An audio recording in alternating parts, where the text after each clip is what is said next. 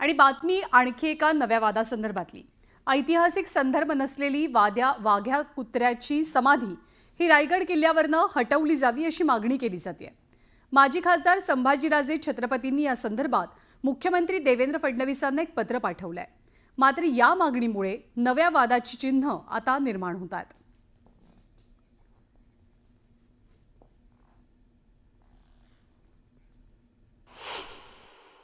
राम गणेश गडकरी हा व्यक्ती किती विकृत डोक्याचा हे त्या नाटकातून तुमच्या लक्षात येईल.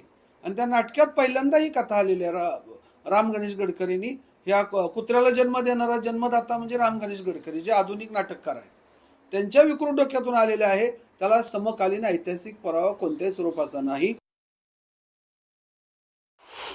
छत्रपती शिवाजी महाराजांच्या समाधीच्या शेजारी वाघ्या कुत्रा आला कुठून? माजी सन्माननीय मुख्यमंत्र्यांना संभाजी ब्रिगेडच्या वतीनं विनंती आहे, रायगडावरील छत्रपती शिवाजी महाराजांच्या समाधीच्या शेजारील तो वाघ्या कुत्र्याचा पुतळा तात्काळ काढून टाकावा. हा वाघ्या कुत्रा औरंगजेबाच्या कबरीपेक्षा सुद्धा डेंजर आहे. कारण इतिहासाला ज्या पद्धतीनं वाघ्या कुत्रा समाधीच्या शेजारी चिटकलेला आहे तो महाराष्ट्रातल्या कुठल्याही शिवप्रेमींना सहन होणार नाही. तर जुने वाद उकरून का काढले जात आहेत असा सवाल या मुद्द्यावरनं उपमुख्यमंत्री अजित पवारांनी उपस्थित केला. असे जुने मुद्दे कुठले तरी काढले जात आहेत. आता ही समाधी काय आज आहे का? ह्याच्यावर संयुक्त महाराष्ट्राचा मंगलकार्य चव्हाण साहेबांनी आणला.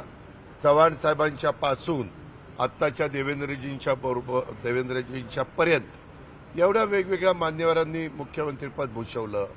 अनेक पंतप्रधान आपल्या रायगडला येऊन गेले, अनेक राष्ट्रपती रायगडला येऊन गेले, अनेक वेगवेगळे राजकीय नेते येऊन गेले. आता मधीच कुठले ना कुठले मुद्दे काढले जातात.